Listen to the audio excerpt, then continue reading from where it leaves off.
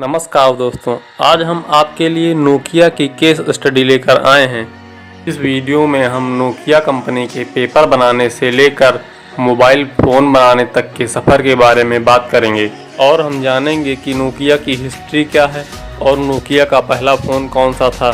दोस्तों, यह जानकर आपको हैरानी होगी कि नोकिया की शुरुआत मोबाइल फ़ोन मैन्युफैक्चरिंग के लिए नहीं हुई थी, बल्कि शुरुआत में यह एक पेपर मिल कंपनी थी।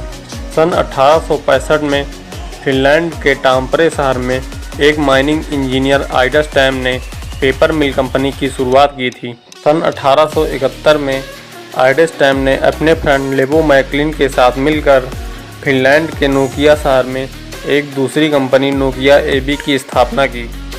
यह कंपनी एक रिवर के किनारे थी, जिससे यहाँ जल विद्युत संसाधन आसानी से प्रयोग में लाए जा सकते थे। कंपनी की सफलता के चलते एक बार लेबो मैकलिन ने आइडस्टैम को इलेक्ट्रिक प्लांट लगाने का सुझाव दिया, परंतु आइडस्टैम ने उन्हें इलेक्ट्रिक प्लांट लगाने से मना कर दिया। सन 1902 में आइडस्टैम रिटायर हो गए। आइडस्टैम के रिटायर होने के बाद लियो मैकलिन ने नोकिया कंपनी के शेयरधारकों से बात करके बिजली उत्पादन का कार्य शुरू कर दिया और आने वाले कई दशकों तक नोकिया कंपनी ने बिजली उत्पादन का भी काम किया। सन 1922 में नोकिया ने दो और कंपनियों फिनिश रबर वर्क और फिनिश केबल वर्क के साथ पार्टनरशिप की। इससे अब तीनों कंपनियों को फायदा हुआ। अब नोकिया ने रबर के सामान तथा केबल बनाना प्रारंभ कर दिया था। सन 1967 में तीनों कंपनियों को आपस में मर्ज करके नोकिया कॉर्पोरेशन बना दिया गया। दोस्तों, आपको यह पता होना चाहिए कि यदि किसी कंपनी के आगे कॉर्पोरेशन लगा होता है तो उसका मतलब होता है कि उस कंपनी की ऑनरशिप दो या दो से अधिक लोगों के पास होती है और कंपनी के किसी भी फैसले पर सभी ऑनर्स की सहमति आवश्यक होती है। अब नोकिया कंपनी का मुख्य व्यापार केबल, रबर और इलेक्ट्रॉनिक्स का था। दोस्तों, सन 1970 में पहली बार नोकिया कॉर्पोरेशन ने नेटवर्किंग और रेडियो इंडस्ट्री में कदम रखा और पहले यह फिनलैंड आर्मी के लिए रेडियो इक्विपमेंट बनाने का काम करती थी। अपनी सफलता के चलते नोकिया कॉर्पोरेशन ने सन 1980 से 1990 के बीच 3 इलेक्ट्रॉनिक्स कंपनियों को एक्वायर किया। नोकिया कॉर्पोरेशन ने 1984 में सालोरा कंपनी को एक्वायर किया, जो कि टेलीविज़न बनाती थी। इसके बाद 1985 में लक्सर एबी कंपनी को एक्वायर किया, जो कि कंप्यूटर बनाने का काम करती थी, और इसके बाद फिर 1987 में एक बार फिर से टेलीविज़न बनाने वाली कंपनी ओकैनिक को एक्वायर किया।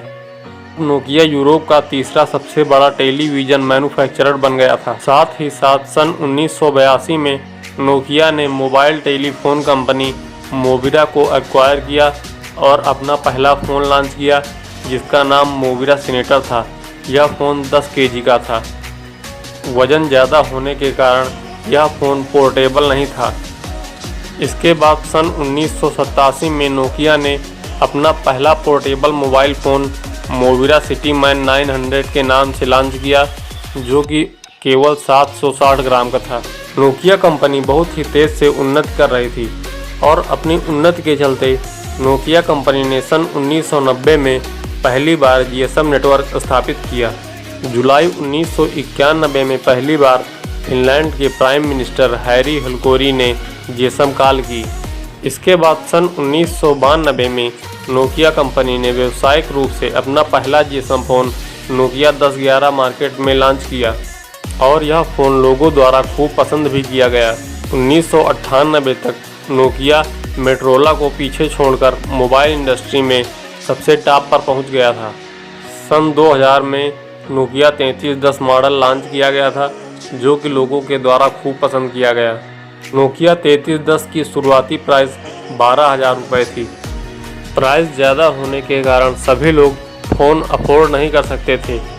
कीमतों को ध्यान में रखते हुए नोकिया ने सन 2003 में नोकिया 1100 मॉडल लॉन्च किया, जिसकी शुरुआती कीमत मात्र 5,000 रुपये थी। इस फ़ोन में टॉर्च भी दिया गया था तथा स्नैक गेम भी दिया गया था। दोस्तों, नोकिया 1100 मॉडल पूरी दुनिया में सबसे ज़्यादा बिकने वाला फ़ोन बन गया। नोकिया कंपनी अपने हार्डवेयर के लिए बहुत ही ज़्यादा फेमस है और इसके बाद नोकिया कंपनी ने कई सारे स्मार्टफोन भी लॉन्च किए। सैमसंग और एप्पल के आ जाने के बाद नोकिया कंपनी का मार्केट डाउन पड़ गया और सन 2013 में माइक्रोसॉफ्ट ने नोकिया कंपनी को खरीद लिया। दोस्तों, यदि आप जानना चाहते हैं कि सैमसंग और एप्पल के आ जाने के बाद नोकिया असफल क्यों हो गया, तो हमें कमेंट कीजिए और यदि आपको वीडियो पसंद आया है तो वीडियो लाइक, शेयर और सब्सक्राइब जरूर कीजिएगा।